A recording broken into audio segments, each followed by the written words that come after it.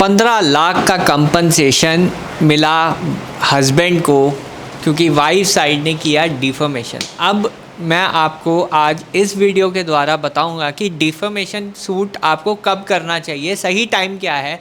देखिए अभी क्या होता है कि आपके ऊपर अगर केसेस हो जाते 498A हो गया या डोमेस्टिक वायलेंस हो गया या 125 का केस वाइफ साइड ने डाला, बहुत सारे केसेस आपके ऊपर डाले, आपको बहुत बुरा लगता है क्योंकि वाइफ साइड ने खुद गलती करी और वो आपको छोड़ के गई और वही आपके ऊपर अब केसेस डाल रही है। तो आपके मन में भी ये आता है कि आप जो है डिफॉर्मेशन केस डाल दें या कुछ ऐसे काउंटर केसेस डाल दें जिससे जो है वाइफ साइड पर भी प्रेशर बने। देखिए अब प्रॉब्लम कहाँ आती है कि अगर आप केस डालते हैं और कोई प्रेशर दूसरी साइड पे नहीं बनता है तो वो सबसे बड़ी प्रॉब्लम होगी, क्योंकि जो आपका तरीका है केस डालने का वो बिल्कुल गलत है। कई जो हैं वकील साहब वो गलत गाइड कर देते हैं कि आप जो है अभी डिफॉर्मेशन सूट डाल दो, जबकि स्टेज ही नहीं आती डिफॉर्मेशन फाइल करने की। तो आज मैं जो है एक केस लॉ जो रिसेंट जजमेंट आई है जिसमें 15 लाख का कंपनसेशन देना पड़ा वाइफ साइड को, हस्बैंड को, ये जजमेंट आई है। द्वारका कोर्ट दिल्ली की जजमेंट है और ये कैसे जो है जजमेंट का पूरा फैक्ट्स क्या थे, कैसे जो है हस्बैंड को जो है ये रिलीफ मिला, वाइफ साइड को कैसे पेनल्टी लगी, ये सारी जो है चीज़ें आज मैं डिस्कस करने वाला हूँ इस वीडियो में। इससे पहले कि जो मैंने आपको बताया कि कई बार ये होता है कि कई बार आप जो है बिल्कुल उत्तेजित हो जाते हैं, एक्साइट हो जाते हैं कि हमें जो है काउंटर केस करने ही करने हैं, और आप जैसे ही काउंटर केस करते हैं दूसरी साइड पे, दूसरी साइड को कोई फ़र्क नहीं पड़ता, शायद आपका काउंटर केस एडमिट भी नहीं होगा कोर्ट ऑफ लॉ में, क्योंकि अभी जो है वो स्टेज नहीं थी आपको काउंटर केस फाइल करने के लिए। काउंटर केस की सही स्टेज क्या है वो आज हम डिस्कस करेंगे, और ये जो जजमेंट है ये इसमें कैसे रिलीफ मिला वो चीज़ हम डिस्कस करेंगे, और साथ ही साथ मैं आपको ये जजमेंट भी दूंगा और साथ में जो एनालिसिस है मेरा वो भी आपको मिलेगा। वीडियो को पूरा देखिएगा। तो आज मैं बताने जा रहा हूँ कि काउंटर केस कब फाइल करने चाहिए, डिफॉर्मेशन का केस पर्टिकुलरली कब आपको फाइल करना चाहिए, ऐसे ही रिलीफ आपको कैसे मिलेगा, देखते हैं। देखिए क्या होता है कि जब भी वाइफ साइड आपके ऊपर केस डाल देती है 498A, 406 डाइवोर्स या मेंटेनेंस केस, तो पहली स्ट्रैटेजी ये होनी चाहिए कि आपको ये केसेस जो हैं डिफेंड करने बहुत ज़रूरी है। अगर आप डाइवोर्स डालते हैं तो आपको डाइवोर्स डिफेंड करना बहुत ज़रूरी है कि आपको डाइवोर्स लेना है।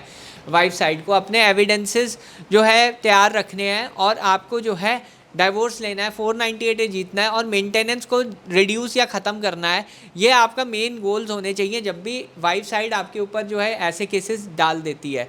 अगर आप ये चीज़ नहीं कर रहे हैं और काउंटर केसेस पे ज़्यादा जो है फोकस कर रहे हैं तो आपका जो ये मेंटेनेंस की हाई बनेगी, डाइवोर्स नहीं मिलेगा और 498A में भी हो सकता है आपका कन्विक्शन हो जाए, क्योंकि आप जो है अपने जो मेन केसेस हैं उस पर ध्यान ही नहीं दे रहे हैं। जब आप अपने मेन केसेस पे ध्यान नहीं देंगे तो आपके साथ बुरी चीज़ें हो सकती हैं। तो सबसे पहले तो अपनी स्ट्रैटेजी को है स्ट्रॉन्ग रखना है, जितने भी केसेस आपके ऊपर हुए हैं उसे प्रॉपरली डिफेंड करना है, ये नंबर 1 स्टेज होनी चाहिए। ये काउंटर केसेस जो है ये बाद में आएंगे, अभी नहीं आएंगे। लोग कहते हैं 340 कर दो, 340 की स्टेज नहीं होती इनिशियल स्टेजेस पे, कभी भी 340 जो है इनिशियल स्टेज पे बिल्कुल भी नहीं फाइल करना चाहिए। जैसे ही वाइफ का इनकम एफिडेविट आया जी वकील साहब जाए आप 340 डाल दो, इसने बैंक अकाउंट नहीं डिस्क्लोज़ किया, ऐसे नहीं होता है। सबसे पहले आपको जो है वाइफ को गलत प्रूव करना है। अलग अलग फोरम्स में जहाँ जहाँ वाइफ ने चीज़ें करी हैं, कोई जुडिशियल ऑब्जर्वेशन जो है वाइफ के ख़िलाफ़ आनी चाहिए, वो ही है जो है अगले काउंटर केसेस का बेस बनेगा।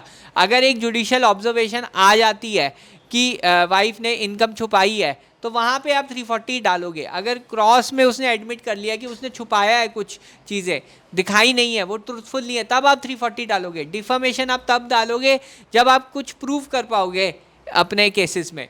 तो ये वाले केस में क्या हुआ था, इसमें ऑलरेडी हस्बैंड ने जो है डाइवोर्स ले लिया था। 2001 की मैरिज थी, 2009 में इनकी डॉटर भी हुई थी और 2009 से ही पत्नी जो है बिल्कुल अलग रह रही थी हस्बैंड से।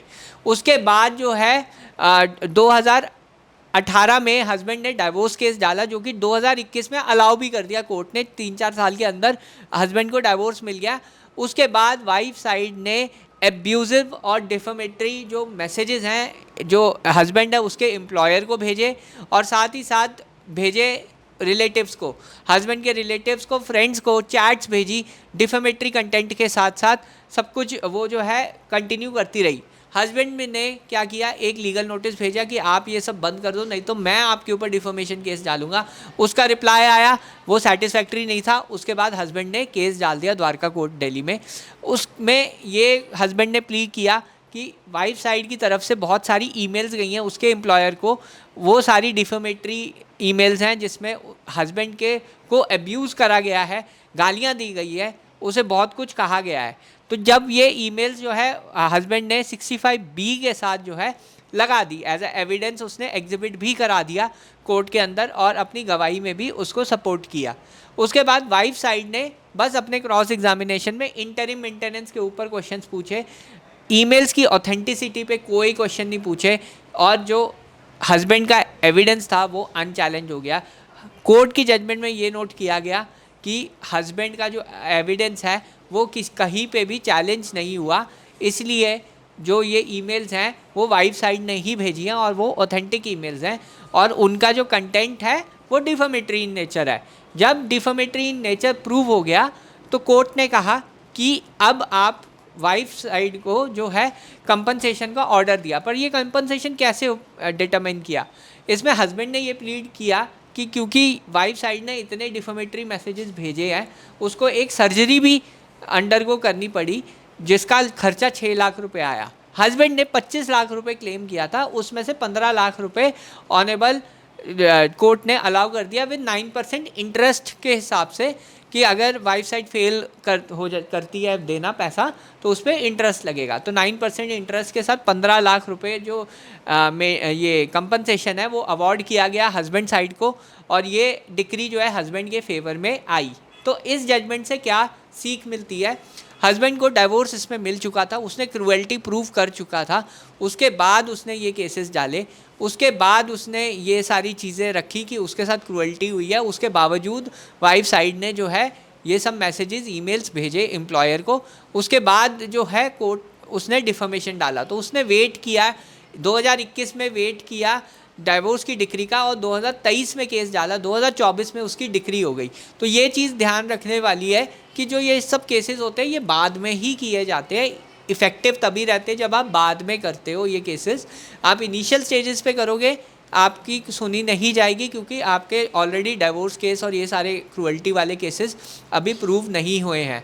तो कोर्ट भी ये देखेगा अगर उसके साथ क्रूअल्टी सही में हुई है, let the competent court decide, उसके बाद हम कंपनसेशन का देखेंगे।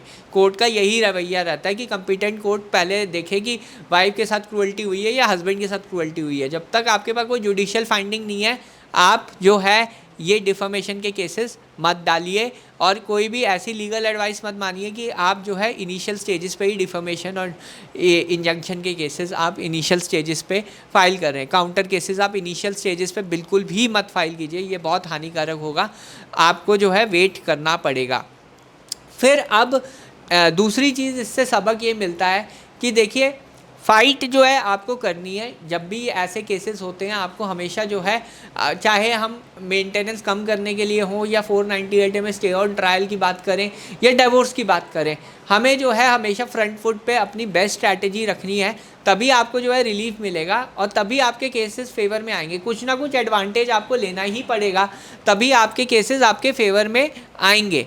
तो यहाँ पे जो है जब भी हम प्रैक्टिस करते हैं हम सबसे पहले कुछ ना कुछ आपके फेवर में लेने की बातें करते हैं, उसके बाद जो है हम सेटलमेंट की बात करेंगे या कोई भी और अन्य चीज़ों की बात करते हैं।